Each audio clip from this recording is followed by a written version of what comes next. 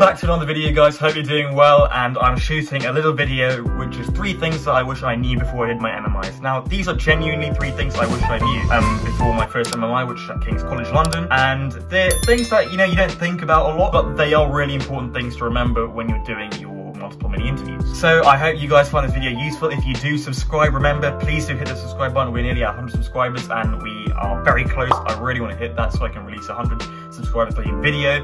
If you've got any ideas for what I should be doing, then drop them in the comments below, or message me on my Instagram, which I'll leave here and then in the description. And yeah, that's everything. And without further ado, let's get into the video.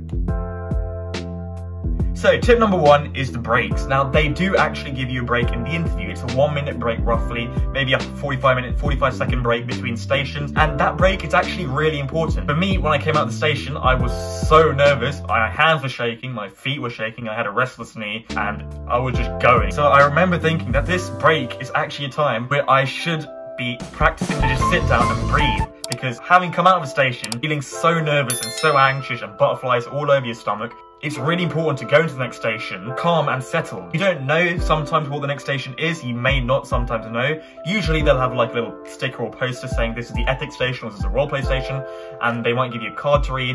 So you need to prepare your mind first of all for that station. Forget about this station that you've just done, whatever it is, whether it's ethics or whether it's roleplay or data, whatever it is, forget about it. And also calm down, calm the hell down.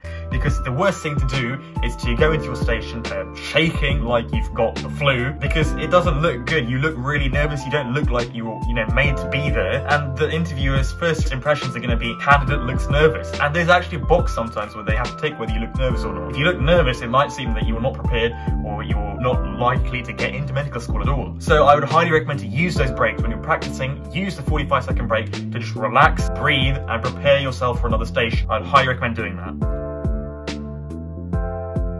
Sometimes I don't fill the station. So I know a lot of people say to not to keep your answers too long because they've got loads of questions that they want to ask you and you want to cover as many of them as you get. But actually, some interviewers only have 3 questions, and once you've done them, if you give them tiny answers, the rest of the station, they just say, if you want to revisit any of the questions, please do. Or they'll just say this is the end of the station and they'll sit there in silence. It's super awkward. I wouldn't recommend it. So give a long answer. If you want to give a super long answer, not too long, but about half a minute, just give it. There's nothing worse than skipping out on things just because you're not answering more questions, because sometimes you don't know how many questions the interviewer has, so they might just stop asking questions and say, this is the end of the station. You could have put additional details in. And they might say, if you want to revisit any of the questions, please do, but don't leave it to that. That's a risk. If they do, great, go back and revisit a question if you missed out on something. But if they don't, then you've just skipped out on a detail that you could have added in. So make sure you give a long enough answer with all the details you want to give, because sometimes the interviews will not fill the station with questions. And that's a really important thing to remember.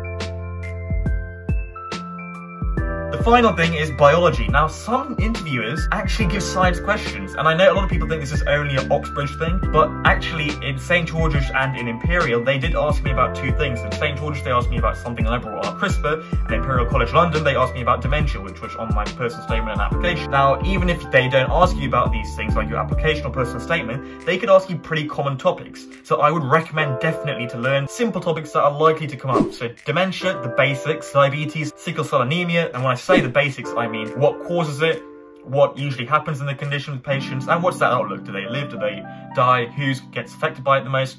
Go onto the NHS website and learn that basically. It's very simple, it's very basic, and it's all you need to know for the interview. So I would definitely say to give some attention to biology and science, because it can come up in the interview, and the worst thing is to sit there saying, no, I don't know.